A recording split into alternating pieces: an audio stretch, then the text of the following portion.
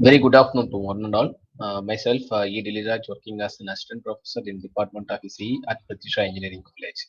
And today's topic on blockchain, wallet, and smart contract, especially these technologies are very much dealt with the digitized world. So, especially if you go with the transactions is concerned, these technologies are most probably using nowadays. So, we are just going to see an overview about this technology on today's topic. So, we'll go in detail about that basic concepts. So, first of all, we come to know who's invented this blockchain. Actually, this is not a single person invented this technology to the world. So initially, they are registered this as an one article in the publications manner.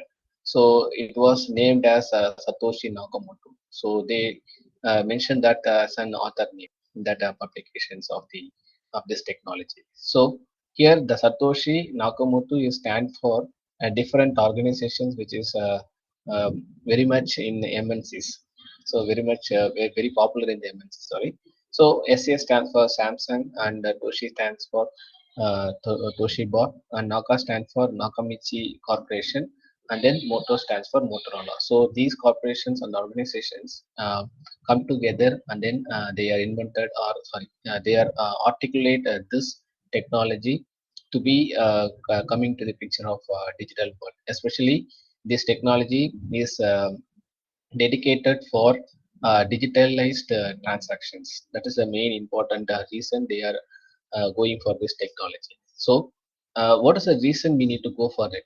Especially in the digital world and digital transactions, we are most probably facing the problem on the security. So, that is the biggest challenge in the digitized transactions. And then, if you go with the what do you say the money transaction transfer between the one end to another end should be very secure. So to be very secure, they have invented this blockchain.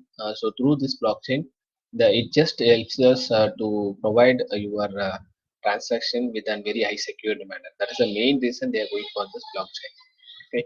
So how they are doing this process? So blockchain will consumes these many terms. Especially we are just going to see about the timestamp of series of immutable records because every data whatever you are trying to transmit, it should be considered as an one block in a sequence of chain. Okay, and each block it is called as the record. So every block of record, every block of data will be linked together from one block to the another block. So this chain process will not be changes at all. I mean, code will be given for the every block. But changes, if there isn't any changes is happen in between that, then the whole process, whatever the transaction is trying to transfer from a one end will be collapsed. So if there isn't one link or if there isn't any one block, sorry, any one block is getting an deviation from its own hash code, then the overall link will be getting failure. So that is the main important security reason we are going for the blockchain in the digital transaction code. So there is an one term called minus or the special nodes to validate your hash codes. So through this minus only we can able to validate or you can able to compute your hash codes. Okay, so we will be having an one demo version in the real time also, where which you will have in the real time also in your online also you can able to go and see. So in the at last in the slide I just provide you the link for that real time demo on your blockchain. We will discuss. I mean, sorry, I will show you the link alone. If you find time, you just go through this blockchain concept over there. And we have a Genesis block. So in this Genesis block, we'll be having in some format of the information which is available in a one single block. So that is also we are going to discuss in the next slide. And we are using the algorithm called SHA-256. SHA-256 is the algorithm which is used to generate your hash codes for the each and every block. So this is the generic information about the blockchain. So when we go for the generic Genesis block, sorry, Genesis block, it requires, I mean, each block and its hash code requires some set of conditions. So it needs to validate its block by using the initial value of the hash. You can able to see over here the hash consists of four zeros. I mean, every hash has to start as like this in the order. So the first four digits in your hash function, sorry, hash code will be consists of four different zeros. Okay, so without, I mean, if there is a block will not starts with the zero, then that block will be invalid. Okay, so that is a concept they are using for the dedication of your hash codes to the each and every block in the blockchain. So how it is validating? So genesis block will be having an validation of your previous block to the currently what is a block which is connected with the previous block. So how it is validating? So every hash consists of first of all, I mean, in this hash code, the first of all, it needs to start with the four zeros. Okay, so it should verify that if it is not comes, I mean, if it is not starts with the four zeros, then that block will not be valid one. So that is a main important consideration we need to take for the hash codes. So it just check that with the previous block also, so that if the pattern is similar, like four zeros will be started in your hash, then it will be valid one, or otherwise it will be uh, it will, the link between the one block to the another block will be gets blocked over there, I mean gets break over there itself, so that the transaction also cannot able to done properly. So here we are just having an time stop of your each and every block. And what is the data? I mean, data also should be considered to generate your hash code. So please try to understand that one. So whatever the data you are inserted, for example, here they're mentioning welcome to blockchain CLI. So that data, including that data, this hash code will be generated. So using the there's a one term called mine in the blockchain. So using that mine, we can able to compute, or you can able to validate your hash code. So in the previous slide also you can see here, so there will be a minor block. It is a special node to perform the computation and validation. So it is only the mine option will be there in your each and every block of the blockchain. So through that we can able to validate, or you can able to create or compute the new hash for your block.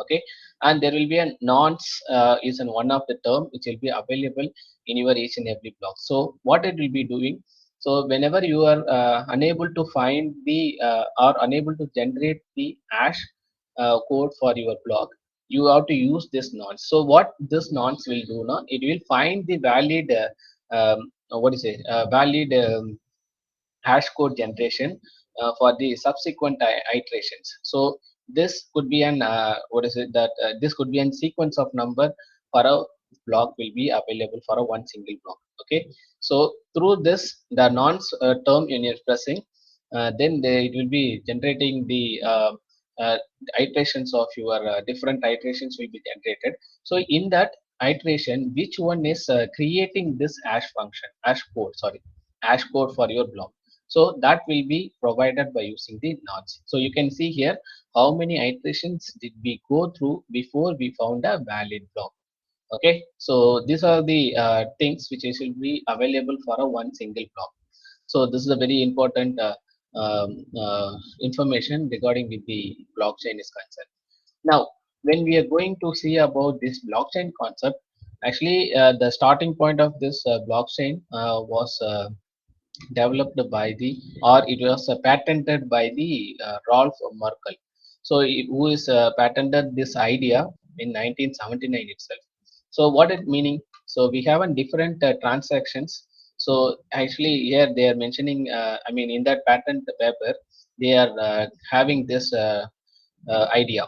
Okay, so different transactions has different hash codes. So these hash codes will be having an another hash codes. So in the blockchain also, this is considered as a block, and this is also considered as a block with the original data.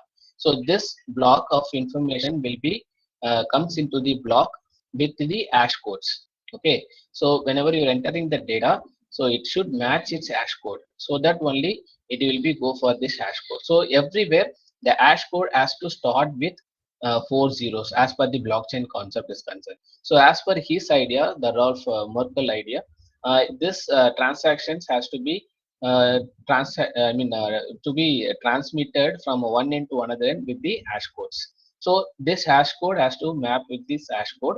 Then there will be one parent hash code will be there. So that will be called as root hash. So it will be checked with the previous hash also. Okay. So previous hash means, so there will be another block will be there. So because the blockchain will be a different form.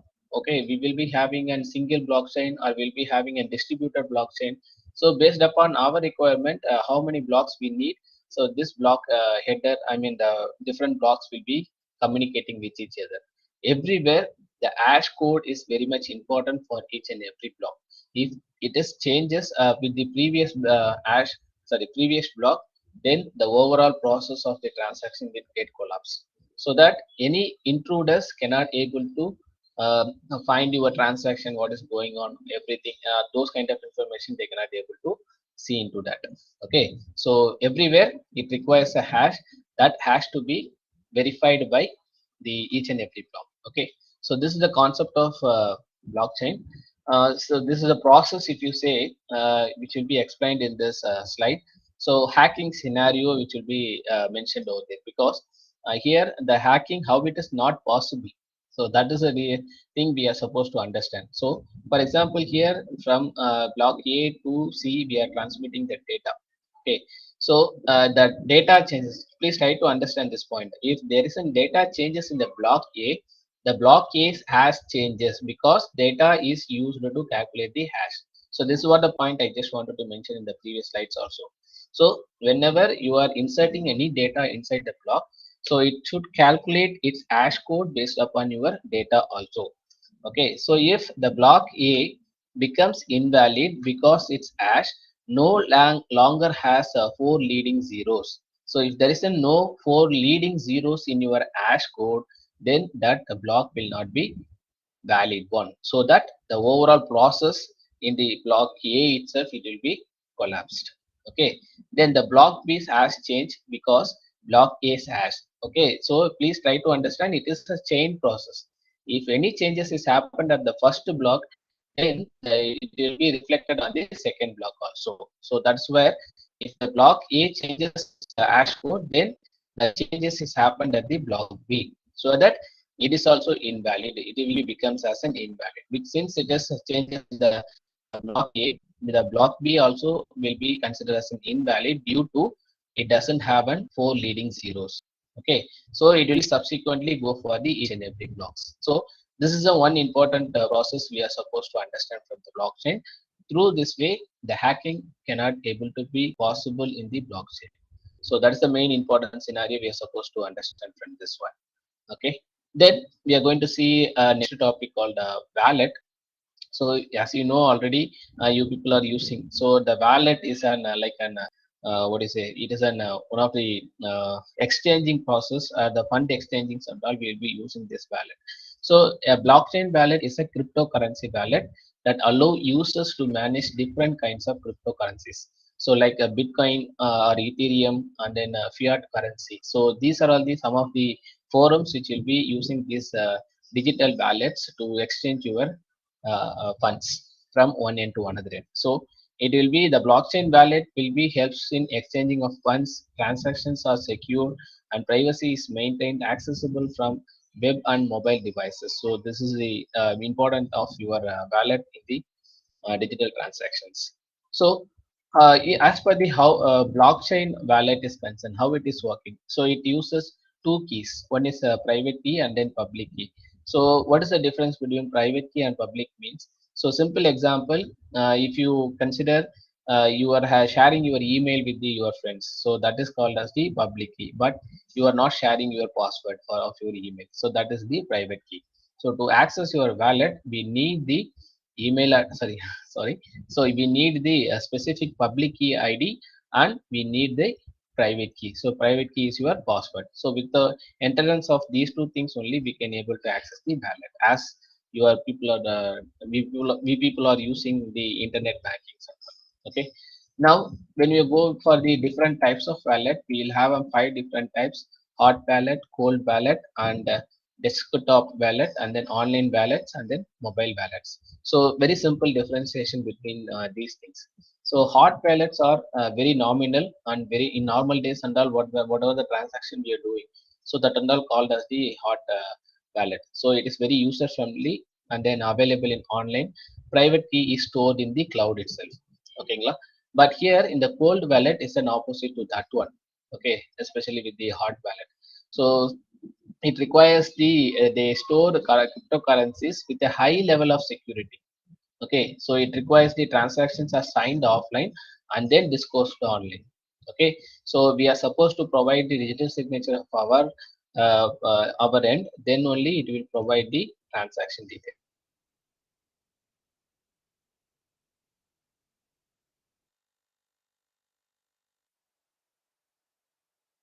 Cloud.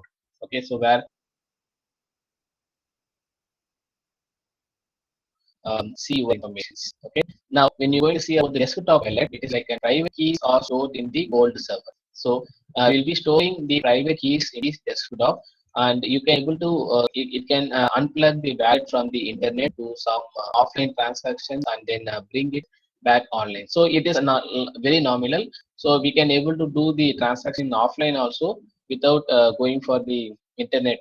Okay, like if it is required, and we can able to bring back it into the online also. Simple example, you are paying your LIC amounts and all. So if it is your duration, you need to pay on time. If you miss that time, you can able to go and provide, you are paying that in the offline, and in the next month onwards you can able to make it as an online also.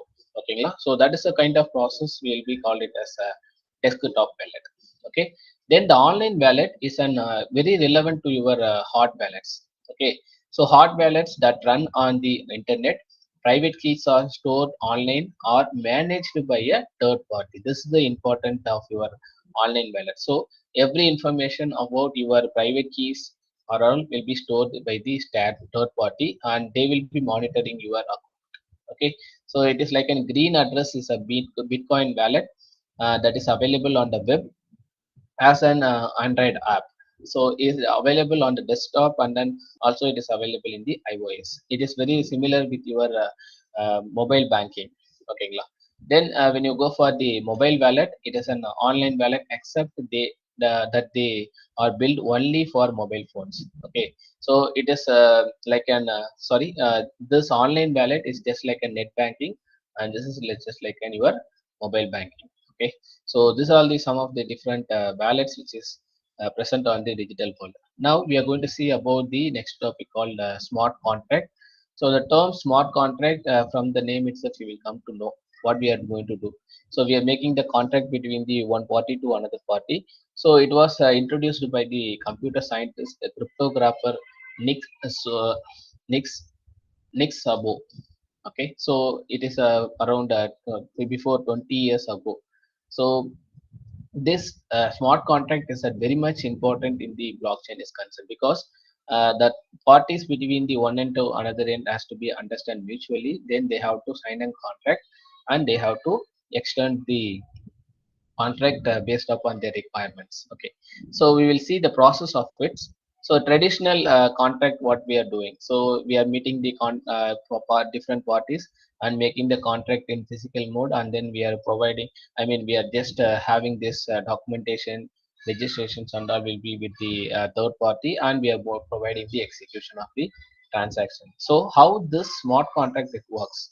So it is like a third parties of the both the end will provide the codes in an online, and the both parties finalize the smart contract rules. So they have to frame the terms and conditions, and after that the contract goes live and is stored in the ledger. So they will be maintaining an ledger for the common forum of the two parties, and then the contract automatically executes when the conditions are met. So this ledgers and its rules and regulations will be framed in this third stage, and it will be met its requirements of the both the parties. Then we can able to go for the extension of your smart contract. So this is how the digitalized smart contract will be works in the nature. And how the smart contract, you can have this diagram to understand about this. So the party wants to sell the house and this party wants to get the house. So how they can able to share the information through the smart contract now? Then he will be matching, I mean, see here, he will be share its exchanging its information of its assets and all those things. So the this third party, like an what do you say, the agencies or the banking side, so they are just mapping you to the corresponding buyer who wants this whatever the what is it, the agreement or terms and conditions is provided by the selling party. Okay, so they are verifying it and they are mapping with your buyers. So this is how the process of the smart contract. So what it happens is shares this information about the assets, and the third party will be looking up the documentation. And if there is any legal opinion or anything is changes or any settlements has to be done between the banks for the particular land or house will be monitored in the by the agencies. Okay, so this third party will looking out all the information about your selling parties item. Okay, then after he will be intimating that information to the buyers. So this is the third party kind of work will be done, and they will be assured that this particular asset will have don't have sorry will don't have in any set of problems. Okay, so then the buyer can able to get the corresponding documents, and then they can able to share them the different documentations. Okay, now the same scenario when we are coming with the blockchain. So all this blockchain will be an intermediator between the one party to the another party. So every this transactions based of whatever the information, the clarification of your assets and then documentations, everything will be like an framing as an blocks. Okay, so especially the digitalized process transactions like money or documentation, everything could be framed it as an block by block. Okay, so this blockchain ledger will create the different data with its different block. Okay, and it provides its own hash codes for each and every block.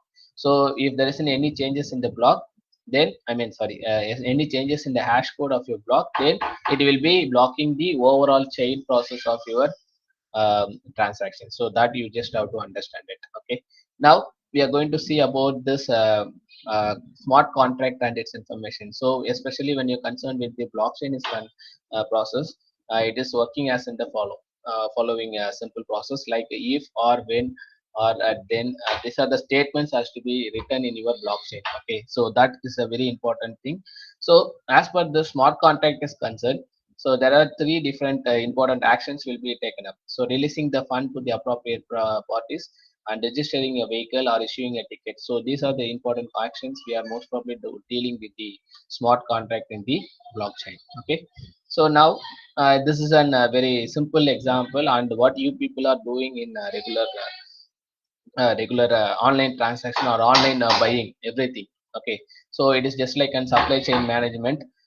So this is the process we are supposed to understand. Like we are just submitting the order in the cart, and after that contact the gateway, and this gateway is an payment gateway. So it just confirming its payment by using your server of your bank.